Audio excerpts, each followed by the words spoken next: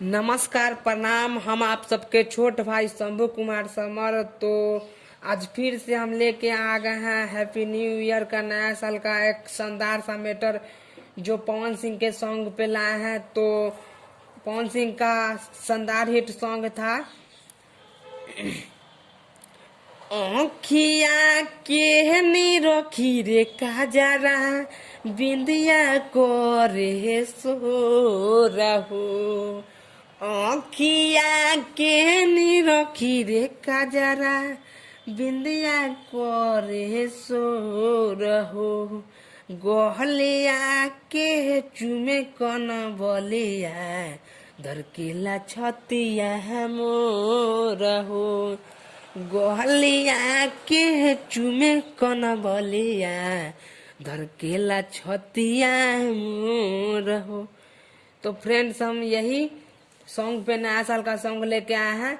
तो song start करने से पहले आप सबसे रिक्वेस्ट करते हैं कि हमारे चैनल पे नए हैं तो हमारे चैनल को जरूर सब्सक्राइब कीजिए और बेल आइकन को प्रेस करना ना भूलें, ताकि जब भी मैं ऐसे हिट मैटर डालूं तो सबसे पहले आप सबके पास पहुंचे। तो चलिए इसका मुखड़ा स्टार्ट करते हैं। कहतानी तोहरा से पहिले झूठा कसम न खइहा। कहतानी तोहरा से पहिले झूठा कसम न खइहा।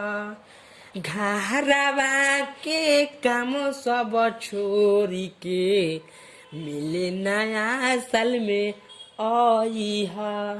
घरवा के काम सब छोड़ी के मिले नया साल में आइहा। तो फ्रेंड, इसका मुखड़ा कैसा लगा आप सबको कमेंट करके बताएं। तो चलिए इसका अंतरा स्टार्ट करते हैं। पहला अंतरा कैसा है।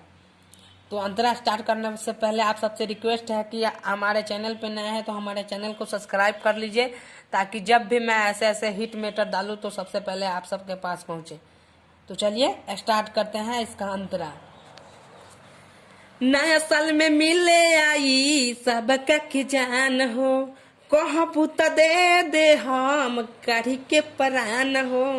नया साल में मिले आई सबका के जान हो।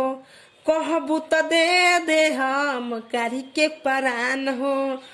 खुशिया से भरी हो मनवा दिल में आई समझिहा। घरवा के काम सब छोड़ी के मिले नया साल में आइहा। घरवा के काम सब छोड़ी के मिले नया साल में आइहा।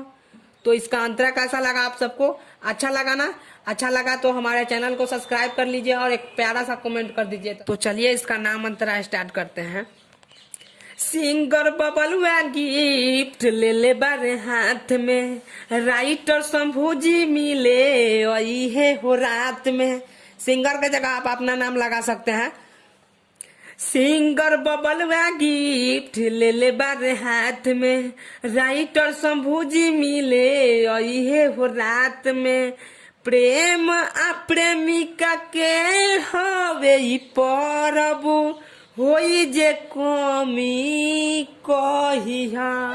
घरवा के काम सब छोड़ी के मिले नया साल में आइहा। घरवा के काम सब छोड़ी के मिले नया साल में आइहा। तो कैसा लगा ये शानदार सा मैटर?